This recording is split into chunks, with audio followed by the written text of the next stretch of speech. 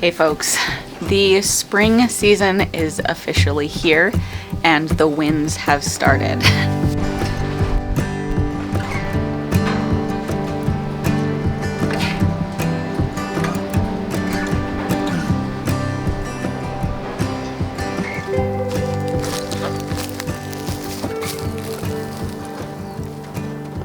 The beginning of the spring gardening season is filled with a ton of hurry up and wait.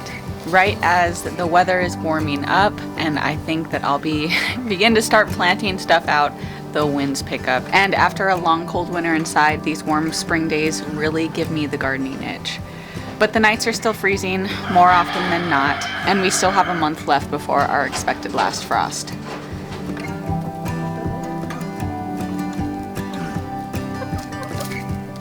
There are a few things I can plant in March though, so I get to scratch that gardening itch before spring even arrives. Earlier this week I put some spring onions in the ground as well as a few seeds. Now by spring onions I mean regular bulbing onions that I just sowed very thickly in these seedling trays. I did a big overhaul of my seed collections, which I talked about in a previous video. This included getting rid of some seed packets that were either old or mostly unused or were repeats of other seed packets I had. I had several onion seed packets from years past that I didn't just use all the seed from, and so I decided to sow them all at once just to get rid of the packets. I don't often do that. Like, I think I had 4 halfway full packets of onion seeds.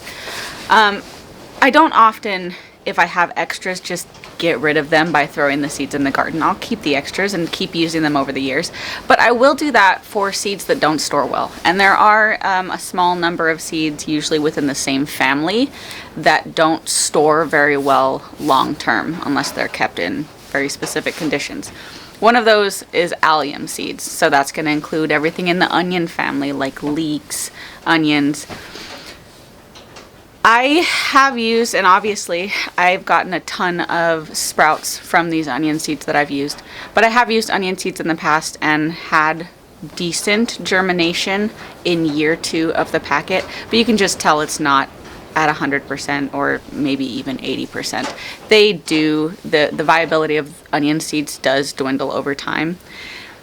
And they're cheap. They're the same cost as any other seed packet, and there are hundreds of seeds in an onion seed packet. I don't mind purchasing a packet each year. And it was a fun little experiment for me to do this year. Just take a bunch of onions, and they were different varieties too, so that'll be exciting. And just sow them really close together and see what happens. Likely I'll just get very small spring onions that I can come out to the garden throughout the summer and pluck up and put in a stir fry or something. But I wanted to explain that to you guys, that I don't often just waste a bunch of extra seed packets by throwing them in the garden. I do keep most of my seed packets, but in this case I made an exception for the onion seeds, and it'll be fun to see what happens.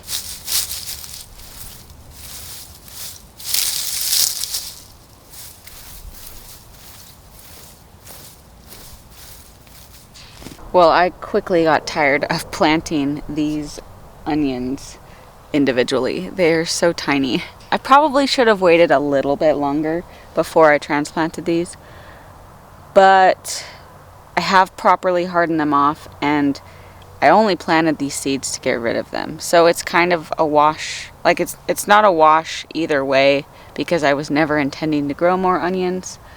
But if I do get onions out of this very tiny batch, then that'll be awesome. It'll just be extra onions I wasn't planning on. But this 1x1 planting for probably 100 onions that I have here is not going to do it for me. You can't even, they're so small you can't even see them when I plant them. There's a couple, and I was doing it here every maybe 2 or 3 inches. I have like a cluster. You can see that green right there. That was annoying. So what I'm going to do here is just dig a trench and just lay all the seedlings out in this trench and cover them up after the fact. That's also a bit more helpful for me for watering purposes, just because I don't have my drip irrigation set up. I have to redo it every season because parts get clogged with our really hard water, etc. I don't have our drip system set up, nor would my drip system cover. It's not going to happen. So I am going to have to hand water these, and it would be helpful if I could just hand water them all at once in 1 or 2 beds versus having them spread out all over the garden. I've learned my lesson from that a long time ago, and when I have to hand water things, I try and consolidate them in a small surface area of the garden.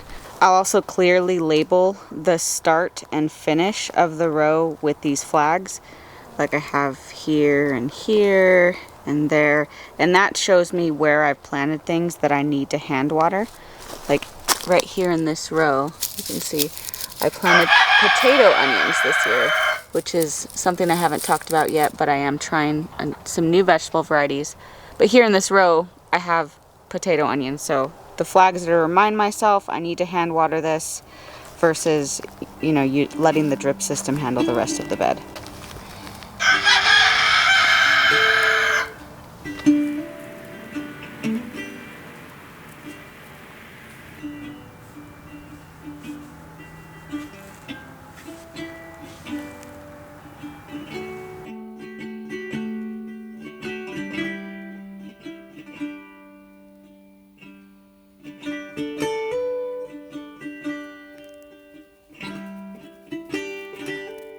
I also ended up direct sowing a few flower seed packets, or a few flower seeds, just because I wanted to. I had sowed peas. I had direct sown peas in the garden a few weeks back, and they ended up germinating.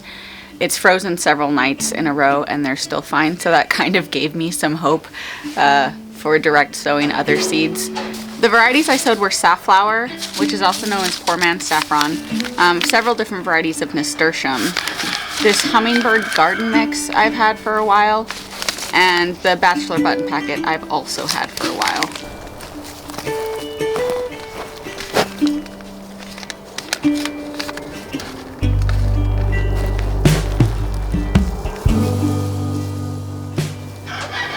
There's no rhyme or reason to my sowing of these flower seeds here. If I'm being honest, I have very little confidence that they'll germinate. First of all, a lot of these flower seeds are not frost tolerant like the nasturtiums that I sowed. So if they do happen to come up way before April and it just gets really cold, like 26, and they're not really covered by the mulch, you know, they're gonna die. I could come out here and check the seeds to see if they're germinating, and then come out and cover them until April, until our last frost. I probably wouldn't do that. I'd like to say I would, but I probably won't. I'm just messing around in my garden here.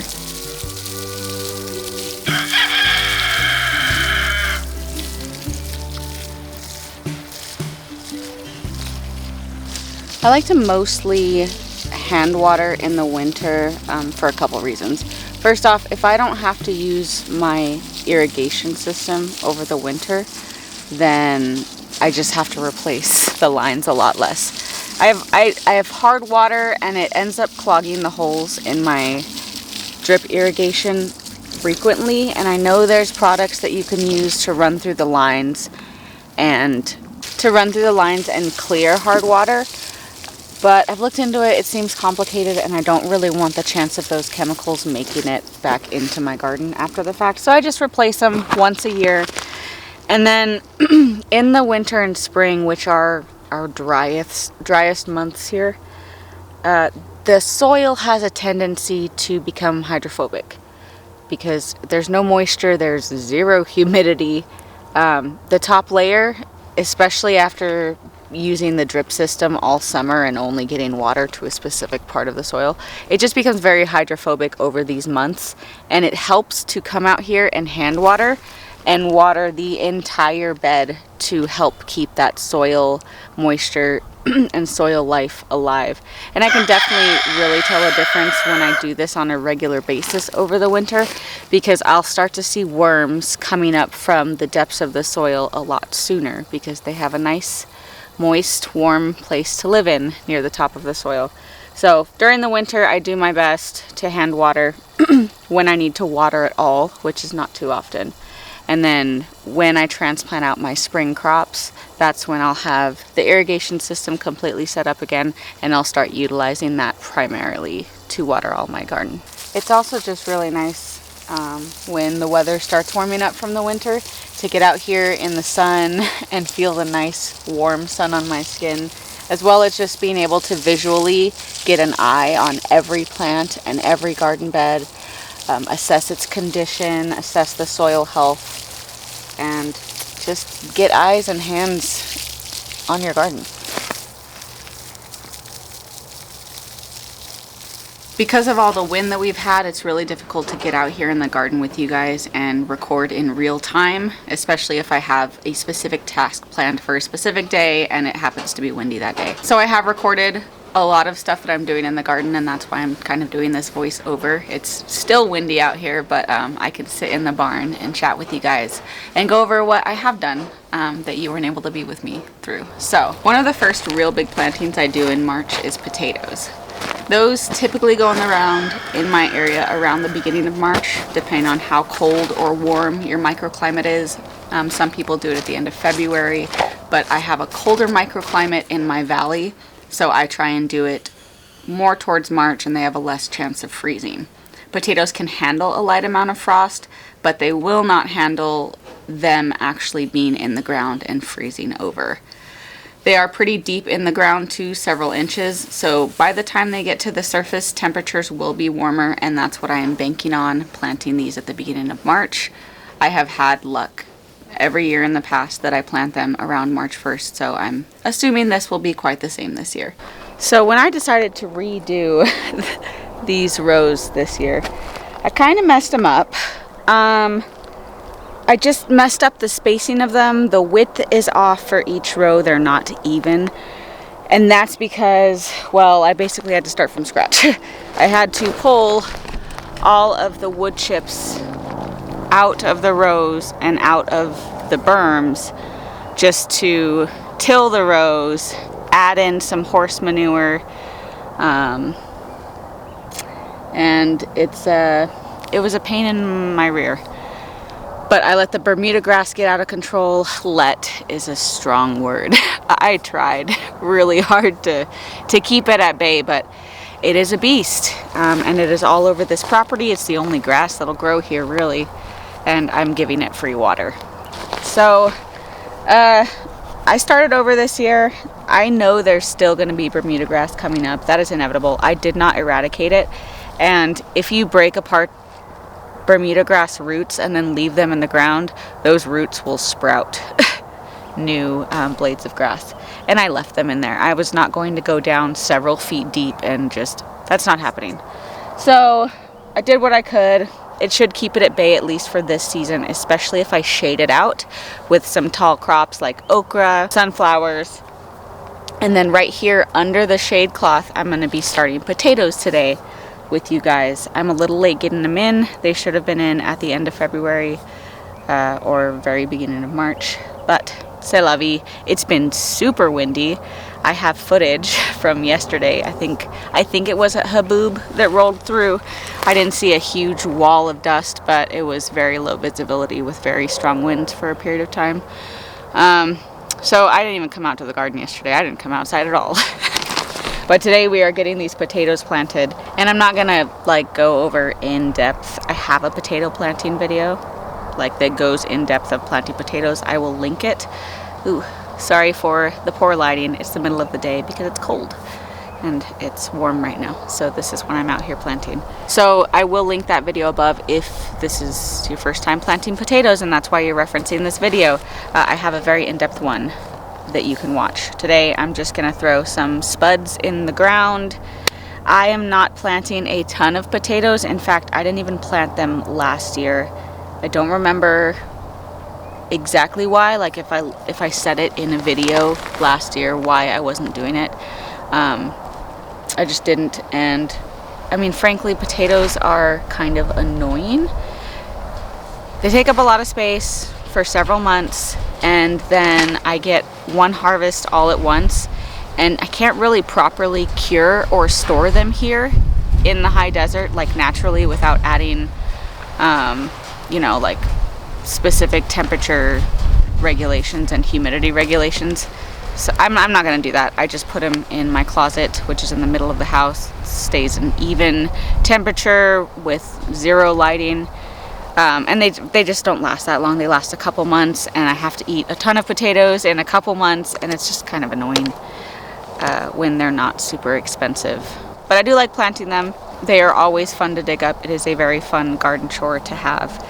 And I'm not planting anything else in these rows right this second because we have a month until our last frost.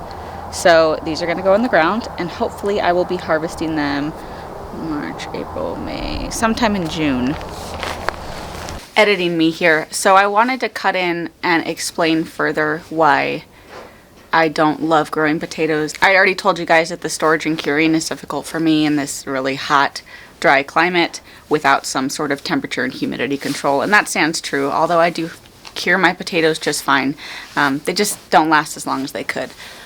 On top of that, there are certain potatoes you can plant for longer storage. The additional problem I have is that we get really hot really quick here in the high desert. So it is March 5th or 6th today, I believe.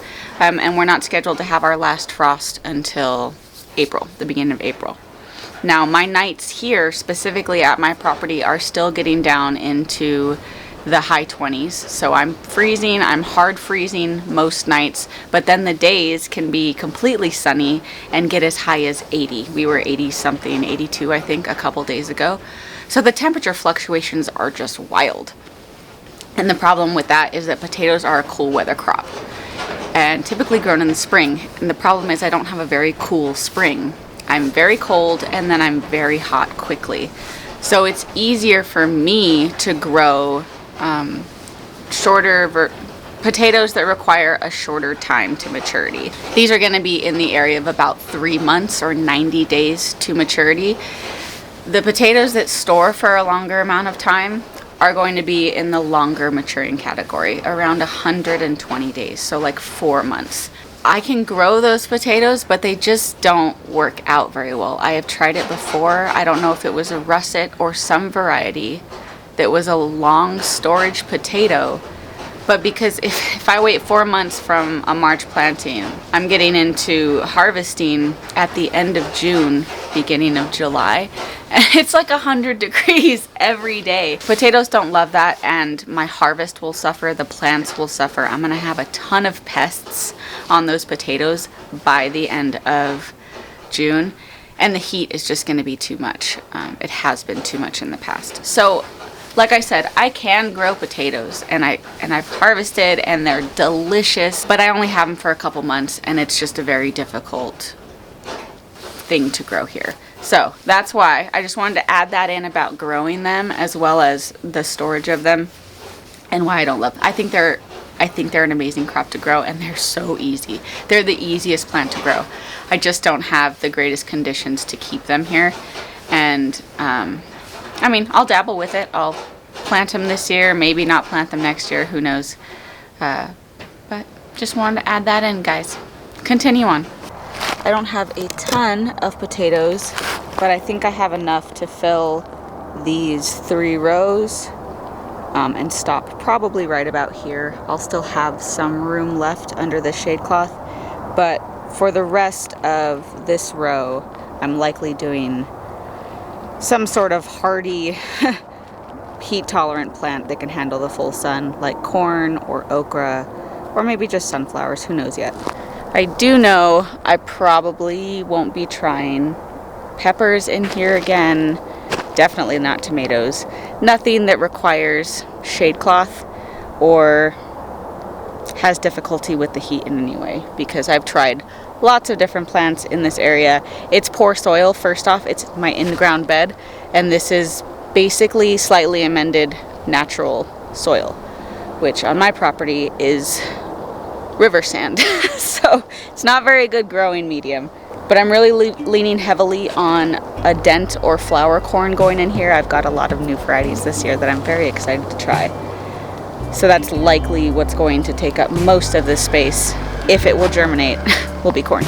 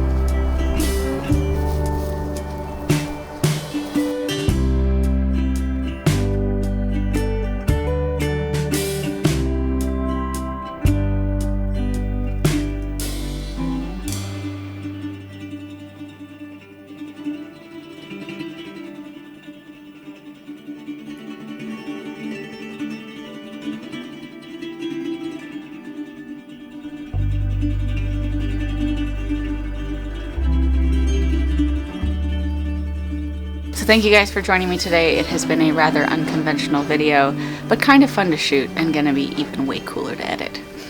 I will catch you guys on the next one.